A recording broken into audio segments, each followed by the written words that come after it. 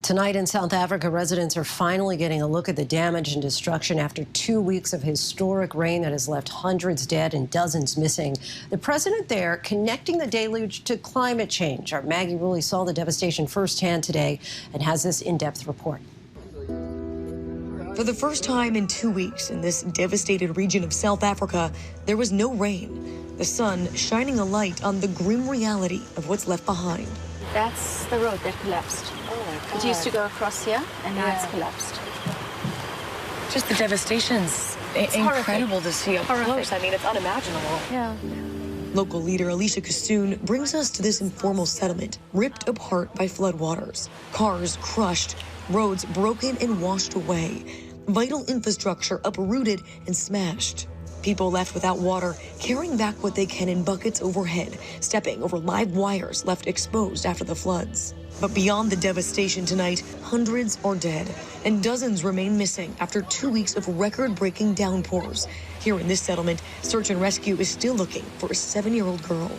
Alicia says it's been a grueling week. She oversees multiple informal and formal settlements near Durban, South Africa's third largest city of roughly 3.5 million people. So this was the area that was cut off. That's She says what happened here is almost impossible to describe. Standing here thinking about the water rising, threatening that house, cutting off this community. I mean, it sounds like it was really minute by minute, people's lives were at stake. It was. It literally was minute by minute.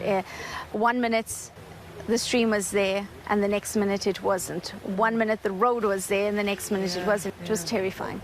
This entire area was cut off after the heaviest rains in more than 60 years pummeled the KwaZulu-Natal province. We tried to run away, my young children, my young boy. Authorities say it's one of the deadliest storms to ever hit the country. Tens of thousands now homeless. I don't even have a bed. Rescuers wading through waist-deep floodwaters with search dogs, at times even swimming, looking for the dozens of people still unaccounted for. The South African Army sending 10,000 troops into the disaster zone to help. But in this community, Alicia seems to be leading the charge. She pauses during our interview multiple times, and understandably so, to field calls from desperate residents looking for help. Okay, where are you at the moment? And with vital infrastructure wiped out, safe drinking water is in short supply. And Durban's beautiful beach now filled with trash.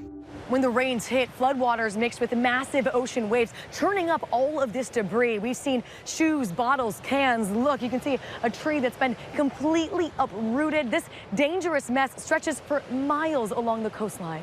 This historic storm and its heartbreaking destruction comes just weeks after a new UN climate report concluded delay means death.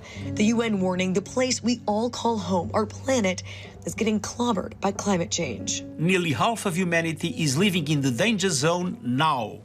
Many ecosystems are at the point of no return now. We've seen this firsthand with our own reporting over the past year, from horrific wildfires in Greece, Forests and homes burned, covered in ash, still smoldering, to devastating flooding in Germany. There's so many people dead.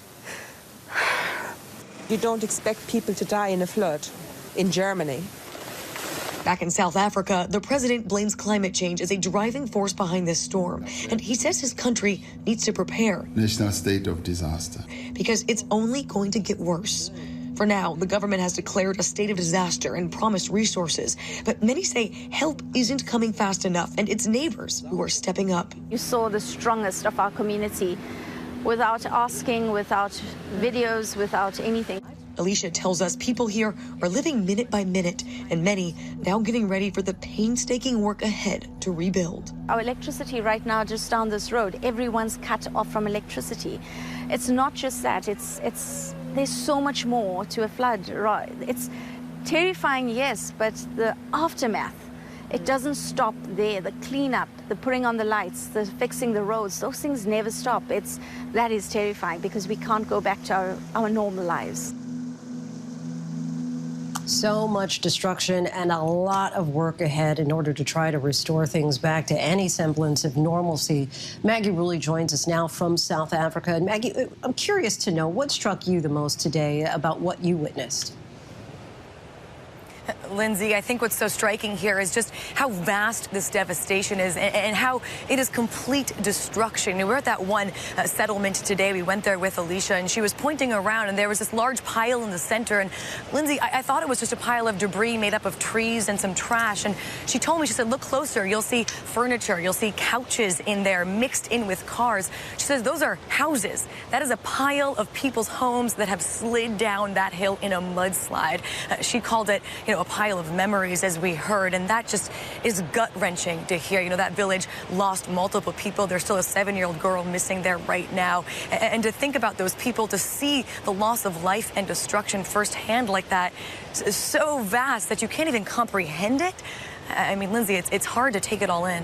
I'm sure that it is hard to really get your mind around all of what you're witnessing there. And Maggie, you also reported that the South African president connected this to climate change, and you've certainly witnessed this across the globe over the past year, an increasing number of world leaders acknowledging what's happening. Yeah, exactly, Lindsay. I think the shift here has been so dramatic. When we were in Germany, the leader there cited climate change. In Greece, the leader there as well said climate change is playing a part in these natural disasters. There has been such a shift in the rhetoric over the years. I think people are realizing that these storms, these disasters are not normal. It's not normal to have a once-in-a-lifetime, once-in-a-1,000-year storm happening year after year. Lindsay, as we just saw, I've been to 3 of these in just the past year alone. And as the president here said, it's only going to get worse. Countries have to start to prepare because this shows, as he said, that climate change is here right now. Lindsay. Maggie Rulli, our thanks to you, reporting in from South Africa. Hi, everyone. George Stephanopoulos here. Thanks for checking out the ABC News YouTube channel. If you'd like to get more videos, show highlights, and watch live event coverage, click on the right over here to subscribe to our channel. And don't forget to download the ABC News app for breaking news alerts. Thanks for watching.